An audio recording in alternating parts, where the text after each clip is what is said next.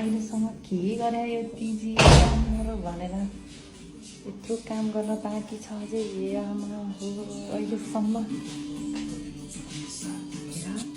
हेर काम गर्दा भन्दा यत्रो काम गर्नु छ तिमी के भएको अहिलेसम्म काम गर्नु पर्दैन छिटो उठेर काम गर्नु पर्दैन छिटो उठेर काम गर जाऊ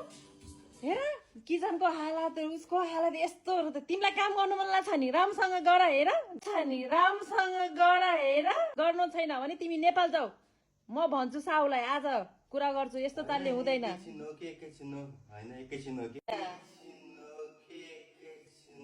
छिटो गर काम गर्ने कि नगर्ने लो यति मात्रै भन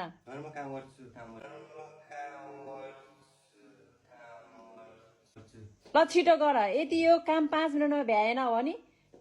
मैले जानेछु